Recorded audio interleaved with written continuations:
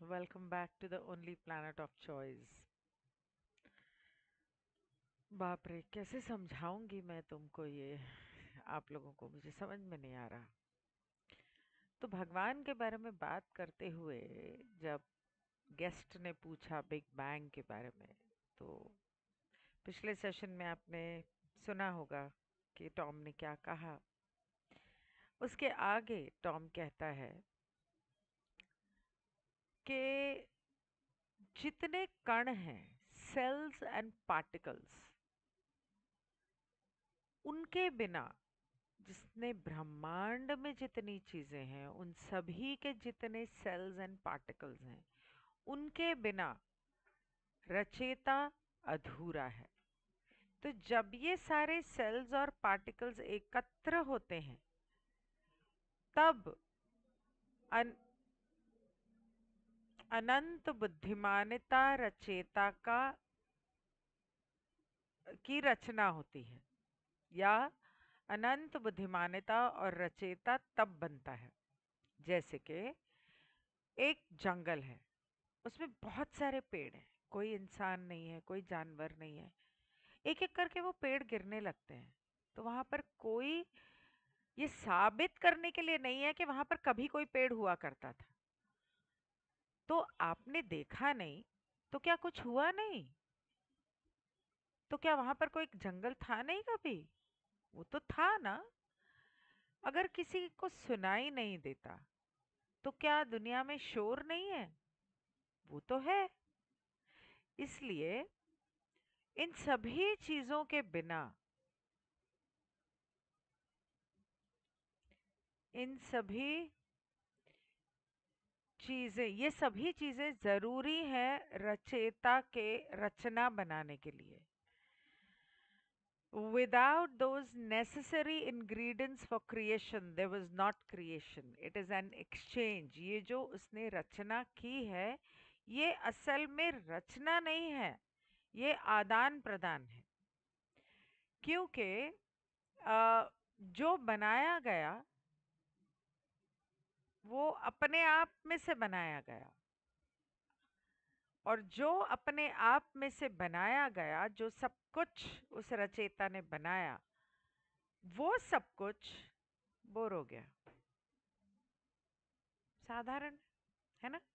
Bore हो गया। तो बोर हो गया तो क्या किया? बच्चे बोर होते हैं तो क्या करते हैं? ऐसे ऐसे सब चीजें गिरा देते हैं, शोर मचाते हैं, खिलौने फैलाते हैं। बोर हो गया तो क्या किया? बुम, फट गया।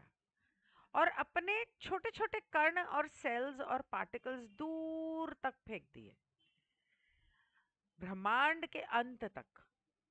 लेकिन ब्रह्मांड का तो कोई अंत ही नहीं है, और इसलिए वो जो अनंत रचेता है, अनंत बुद्धिमानिता है, उसके अंदर से सब निकला है, इसलिए उसको सब पता है। अंत तक भेजा, लेकिन अंत तो कोई है ही नहीं, इसलिए उसको सब पता है, लेकिन उसे नहीं पता है कि उसे सब पता है। उसको सब पता है, लेकिन उसे नहीं पता है कि उसे सब पता है। Very confusing.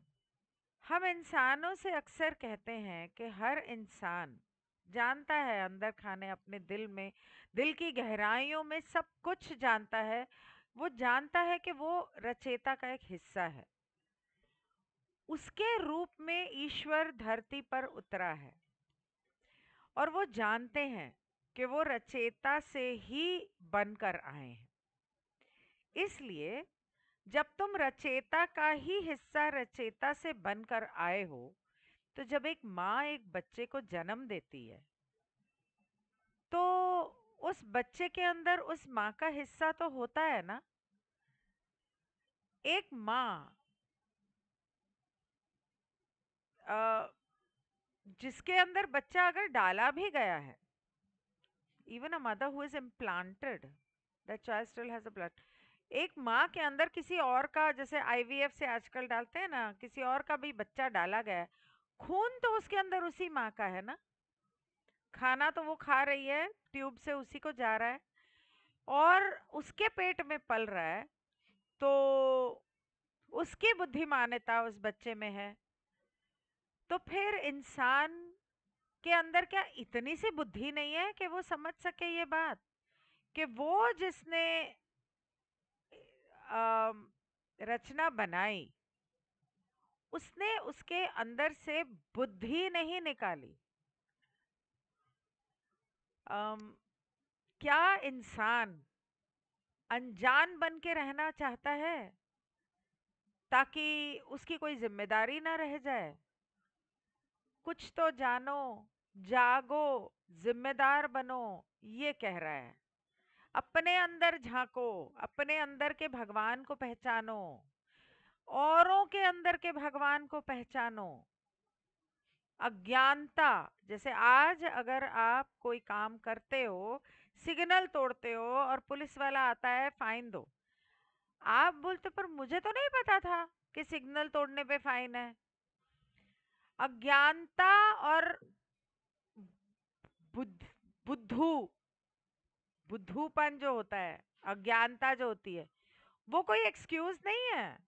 आप खून कर दोगे कि मुझे तो नहीं पता था खून करने पे जेल होगी, मुझे थोड़ी पता था किसी को पता चल जाएगा, पर जेल तो होगी। तुम्हें नहीं पता, ये तुम्हारी प्रॉब्लम है, तो पता करो, अपने अंदर जाओ, भगवान को पहचानो और उसे दूसरों में पहचानो। ये आपकी अपनी जिम्मेदारी है। तो वो गेस्ट पूछता है, हाँ अक्सर हम लोग इस तरह से करते हैं, इस तरह की हरकतें, पर मुझे नहीं लगता कि हम दिल से करते हैं। अ, दिल से हम ऐसा करना चाहते नहीं हैं।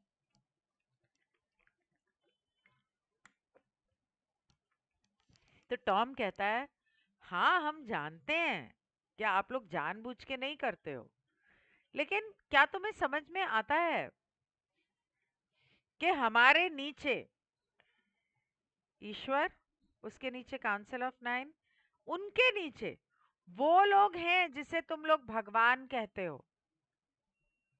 अब ये क्या, अगर वो रचेता है तो ये भगवान कहाँ से आ गए? ठीक है, आगे पढ़ते हैं। तो जॉन कहता है, हाँ मैं समझता हूँ, और जैसे मुझे समझ में आ रहा है, असल में वो भगवान नहीं है। उन्हें धरती पे भगवान बुलाया गया है, लोगों ने उन्हें भगवान कहा है, पर वो भगवान नहीं है। क्या मैं सही कह रहा हूँ या क्या मैं सही समझ रहा हूँ? तो एंड्रू कहता है, मुझे सबसे अच्छा उदाहरण जीसस जीसस का, यहोवा का लगता है, जिसे अक्सर लोग धरती पर भगवान कहते हैं, पर वो था नहीं। तो टॉम कहता है, हाँ बिल्कुल सही, वो भगवान नहीं है, एक अर्थ में वो भगवान है। तुम्हें फर्क पता चल रहा है? हम भी भगवान हैं। तो एंड्रू कहता है, इसका मतलब वो छोटे भगवान है, ये कह रहे हो? तो टॉम कहता है, हाँ। तो जॉन कहता है, ये समझना थोड़ा, इससे मदद मिलेगी कि भगवान अर्थ का मतलब समझा दे भाई, ठीक से समझा दे। तुम कभी कहते हो भगवान है, कभी कहते हो छोटे भगवान है, मतलब मुझे समझ में तो आ रहा है, मैं कोशिश तो कर रहा हूँ उस अर्थ में जैसे तुम कह रहे हो, लेकिन भगवान कौन है?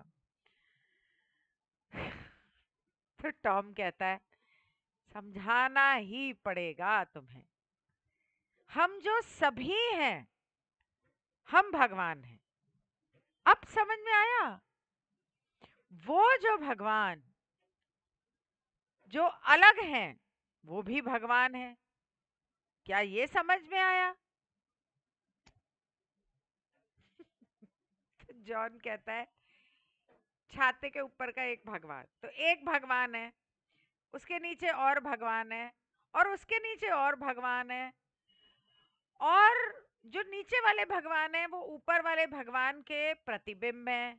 कुछ ऐसा कहने की कोशिश कर रहे हो? There is one God above other gods, and other gods are the representative of one god. तो टॉम कहता है, हाँ, पर हम प्रतिबिंब नहीं है, हम उनके रिप्रेजेंटेटिव नहीं है। अब रिप्रेजेंटेटिव को हिंदी में क्या कहते हैं? अम, तो वो कहता है कि हम represent we are representatives but gods, we are not representatives but gods. हम ईश्वर के प्रतिनिधि नहीं हैं पर भगवान है। हाँ, हम प्रतिनिधि नहीं हैं पर भगवान है। आ, रोशनी के भगवान भी होते हैं, अंधकार के भगवान भी होते हैं। तुम्हें पता है कि उनको भगवान क्यों कहा जाता है? तो एंड्रू कहता है क्योंकि उनके अंदर कुछ शक्तियां होंगी ऐसी जैसी हम लोगों में नहीं है, कुछ इसलिए उनको भगवान कहा जाता है। जैसे भगवान में शक्तियां होती हैं कुछ बनाने की, ऐसे उनमें भी शक्तियां होंगी कुछ बनाने की। तो टॉम कहता है हाँ, उन शक्तियों से बने हैं हम, हाँ। तो जॉन कहता है मैं ये जानने की कोशिश कर रहा हूं कि दोनों में अंतर क्या है, भगवान में और आप लोगों में। अगर आप भगवान हो तो वो एक क्या है, वो एक अगर भगवान है तो आप क्या, दोनों के अंदर अंतर क्या है, वो जो बीच की रेखा है वो क्या है। क्योंकि एक तरह से तो जॉन कहता है कि हम सच्चाई में aeons, spiritual entities formed from the divine presence हैं।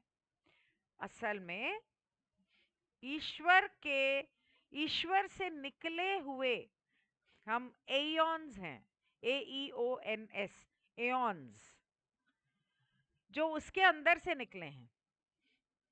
हम उन्हें ईश्वर तो नहीं call, we do not call them gods, you call them. हम उन्हें भगवान नहीं बुलाते, तुम उन्हें भगवान बुलाते हो। क्या तुम्हें समझ में आता है कि तुम्हारे इस भौतिक दुनिया में तुमसे जो भी थोड़ा सा भी बेहतर होगा उसको तुम भगवान बना देते हो? तो एंड्रू हंसता है और कहता है हम लोग ऐसा करते हैं, हमें भगवान बनाने का बड़ा शौक है और हमें भगवान से बहुत प्यार भी है और हर तरह के भगवान से प्यार है। स्पोर्ट्स के गॉड, लव के गॉड, हर तरह के गॉड, पैसे के गॉड, ज्ञान के गॉड। तो वहां पर कोई और था जिसका नाम मिकी था, तो वो शायद गेस्ट अपना नाम नहीं बताना चाहता होगा। ये इन सबको कोई ऐतराज नहीं, तो मिकी ने सवाल पूछा कि तुम हमें बताओगे कि वो रचेता जो भगवान जिसकी हम बात करें वो कौन है? ये सब भगवानों के बारे में तो जान लिया, अब हमें जरा रचेता के बारे में भी बता दो भाई, थक गए हम दुनिया भर के भगवानों के बारे में समझ समझ के। तो टॉम कहता है कि जब तुम भगवान की बात कर रहे हो तो क्या तुम उसकी बात कर रहे हो जिसने ये सारी रचना की? तो मिकी कहता है, कहती है पता नहीं, वो कहता है हाँ। अच्छा, तो वो जो भगवान जिसको तुम बोलते हो वही रचेता है, वही बनाता है, लेकिन उन सबसे ऊपर एक है जो सबसे ऊंचा है, जो पूर्ण तरह से शुद्ध पवित्र रोशनी है, जो इन सब से बना हुआ है और जिसने इस पूरे ब्रह्मांड में हर आत्मा का निर्माण किया है, जो उस रचेता के अंदर से निकली है। तो हर आत्मा जो है वो इस रचेता की ऊर्जा से बनी है। एक समूह है लोगों का जो, there is a collection of beings that generate outward points to this source. एक समूह है लोगों का जिनके अंदर से रोशनी की एक किरणें निकलती हैं उस ऊर्जा की। लेकिन जब वो एक साथ इकट्ठी हो जाती हैं पवित्र ऊर्जा बनके, एक एक एकता की पवित्र ऊर्जा बनके, तब वो ऊर्जा जो है वो बनता है वो रचेता जो सबका निर्माण करता है, सोशल मेमोरी कॉम्प्लेक्स की तरह।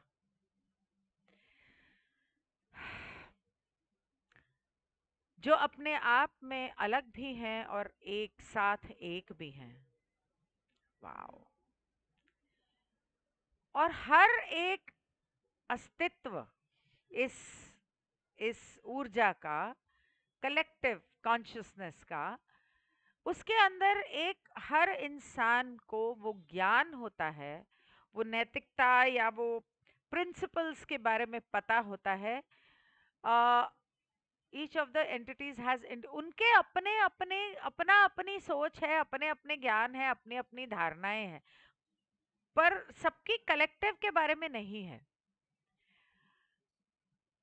सिर्फ एक को इन सभी के बारे में ज्ञान है, क्योंकि जब इन सभी ऊर्जाएं, जब ये सभी ऊर्जाएं जिसको तुम नेगेटिव कहते हो, तुम्हारी धरती के ऊपर विनाश करने की कोशिश करती हैं, दूसरों को कंट्रोल करने की कोशिश करती हैं, वो इसलिए कि वो ईश्वर के साथ कंपटीशन में है।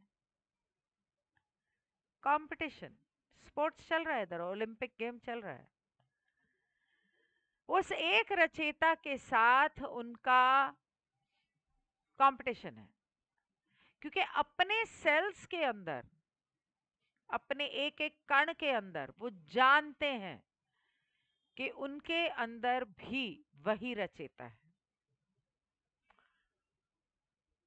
और उनकी पर्सनालिटी जो है वो बिल्कुल उनको, how do I explain this in English, in Hindi, उनकी पर्सनालिटी जो है वो उनके ऊपर जोर आजमाती है या उनको ओवरटेक करती है, और तब वो भगवान बनने की कोशिश करते हैं। हाँ, वो भगवान बनने की कोशिश करते हैं, बहुत दुख की बात है, लेकिन उनका स्वभाव, उनकी पर्सनालिटी, उनका व्यवहार, वो अपने अंदर उस ईश्वर को के ऊपर हावी होने होकर आ, होने की कोशिश करते हैं और भगवान बनने की कोशिश करते हैं। तो मिकी कहती है अच्छा थैंक यू।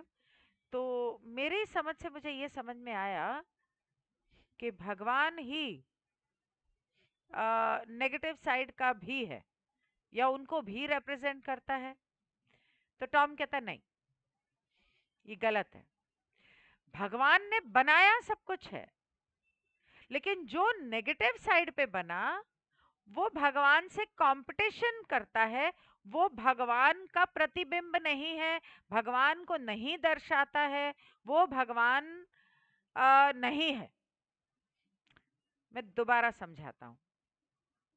काउंसिल ने कहा है कि मुझे दोबारा कोशिश करनी चाहिए। अरे माँ, ये क्या हुआ?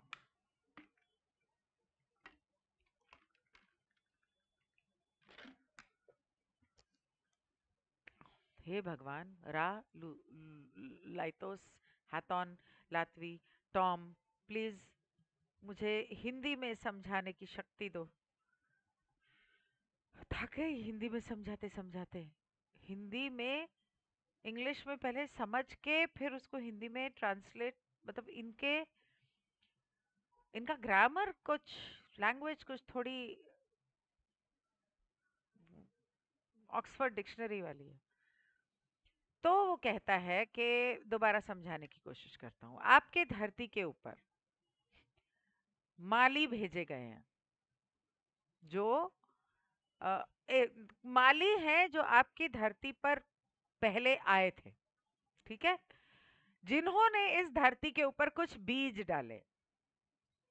तुम एक माली हो, हम ऐसे समझाते हैं तुम्हें, जैसे कि तुम एक माली हो, तुम जानते हो कि तुम क्या बो रहे हो, और हर बीज को उतने ही प्रेम से बोते हो, उतना ही प्यार, उतना ही पानी, मिट्टी, खाद सब डालते हो, और उसके उगने के लिए कुछ जो जरूरी है ताकि वो मजबूत और सीधा ऐसा पेड़ बने और शुद्ध, पवित्र, सुंदर, तो तुमने तो सब में एक सा प्रेम दिया, लेकिन कुछ बीज जो थे वो कमजोर थे, और कुछ जो थे वो ताकतवर थे। जो ताकतवर थे वो तो स्ट्रॉन्ग पेड़, मतलब ऐसे ऊपर गया, मस्त में पेड़ बन गया, और जो कमजोर थे There are those that you plant that become stronger, that they may then strangle. Is this not so? और जो कमजोर थे वो बहुत ज्यादा नहीं बढ़े, तो वो जो बड़े वाले ताकतवर पेड़ थे, उन पेड़ों ने इन कमजोर पेड़ों पे वो हावी हो गए। तो जब खेतों में बीज डाला जाता है तो वीड, जो घास उगती है, उसका बीज तो नहीं डालता है ना माली, खे किसान, पर वो आता है और वो क्या करता है, जमीन में से पूरी ताकत खींच लेता है, पानी खींच लेता है, वो तेजी से बढ़ता है और खेत बेचारा रह जाता है। तो किसान को क्या करना पड़ता है, उसे निकालना पड़ता है। इसी तरह से कुछ आते हैं पेड़ जो बहुत ताकतवर होते हैं और कमजोर के ऊपर जोर आजमाई करते हैं। तब आपको क्या करना चाहिए, आपको वो जो घास निकली है ना, जो बाकी खेती को खराब कर रही है, उसको निकाल देना चाहिए, निकाल के कहीं और लगा दो। जो रचेता है वो निकालता नहीं, फर्क सिर्फ इतना है, तुम अपने खेत की घास को निकाल के, जंगली घास को निकाल के बाहर करते हो। जो रचेता है वो ऐसा नहीं करता, वो उन लोगों की फ्री विल पर इंटरफेयर नहीं करता जैसे तुम अपने पौधों में करते हो। तो जो तुम्हारे ऊपर जोर आजमाई करके तुम्हें कमजोर बनाते हैं और ताकतवर बनने की कोशिश करते हैं, आ, वो इन नेगेटिव एनर्जीज जो हैं, ये जो नेगेटिव एनर्जीज जो हैं, वो उनको खाना देती हैं। जैसे हमें ईश्वर का प्रेम खाना देता है, हमारी ऊर्जा, ईश्वर का प्रेम हमें ऊर्जा देता है, वैसे उनको ये जलन, गुस्सा, कॉम्पिटिटिव स्पिरिट, होड़, ग्रीड, लस्ट, मतलब वासना, लालच, ये सब चीजें उन्हें ऊर्जा देती हैं। जो गलत भावनाएं हैं वो उनको ऊर्जा देती हैं, जो प्रेम की भावना है वो हमें ऊर्जा देती है। और फिर वो जो हैं, जिनको कमजोर पाते हैं उनको मारने की कोशिश करते हैं। वो उनके साथ भी कंपटीशन करते हैं जिन्होंने उन्हें बोया। जैसे किसान के बीज में कोई एक आधा बीज ऐसा आ गया, अनजान था, उसने बो दिया, अब वो इतनी तेजी से बढ़ा, ये मेरे साथ हुआ है, कि वो उसको निकालने की कोशिश कर रहा है मिट्टी से, वो नहीं निकल रहा, मिट्टी पूरी उखड़ गई, दूसरा पौधा जो लगाया था वो उखड़ गया, वो नहीं निकला, और उसकी जो इतनी सी जड़ अंदर रह गई थी वो फिर दोबारा उठ खड़ी हुई। ऐसा मेरे साथ हो चुका है। ठीक इसी तरह वो कहता है कि भगवान तो इन लोगों को उखाड़ता भी नहीं है, वो लोग उसके साथ कंपटीशन कर रहे हैं। They go in competition with them that planted them, that created them. उसी ने इनको बनाया, लेकिन इनकी गलत भावनाओं ने इनको नेगेटिव रास्ते पर ले जाके उसका कॉम्पिटिटर बना दिया। क्या अब समझ में आया? उन गलत लोगों को, अंधेरे को, इन गलत भावनाओं को भगवान ने नहीं बनाया, उसने केवल प्रेम बनाया और उसने स्वेच्छा दी। आप अपनी स्वेच्छा से क्या करते हो, कौन से पथ पर चलते हो, ये मैं हमेशा कहती आई हूं। हमेशा मैंने कहा है कि भगवान ने तुम्हें दिमाग दिया। मैं हमेशा से, मतलब बचपन से कहती आई हूं, मेरे घर वाले मेरी बात ही नहीं सुनते। भगवान ने तुम्हें दिमाग दिया, ठीक है, भगवान ने तो, एक एग्जाम्पल देती हूँ। एक पति है, वो अपनी पत्नी से परेशान है, या सेक्स चाहिए उसको, या कुछ भी चाहिए, या वो बीवी के ऊपर डोमिनेट करना चाहता है तो चाहता है कि वो कुछ भी। बीवी तो हाथ में नहीं आती, परेशान हो गया, सेक्स करने का मन नहीं करता। अब सामने दूसरी आई, उसने देखा इस आदमी के पास पैसा है, चलो इसको पटाओ। गई उसको पटाने, उससे पैसे ऐंठने। आदमी के पास उस वक्त दो रास्ते हैं। मेरी बीवी जैसी भी है, मेरी बीवी है, मैं उसका ध्यान रखूं, उसे लड़ूं, उसको समझाऊं, उससे प्यार करूं तो शायद मुझे प्यार मिल जाए, या इस औरत के पास चला जाऊं, इस औरत के पास जाके जो प्यार संभोग मुझे यहाँ नहीं मिल रहा वहां से मिल जाएगा, लेकिन इस प्यार उसके पास मेरे पास मिल रहा है, तो इसको घर से निकाल दूं या परेशान कर दूं या दूसरी शादी कर लूं। भगवान ने तुम्हें दिमाग दिया है, तुम्हें दिल दिया है, और तुम्हें प्यार दिया था दिल में। पैदा हुए थे तो दिल में प्यार दिया था, तुम्हें प्रेम से बनाया था।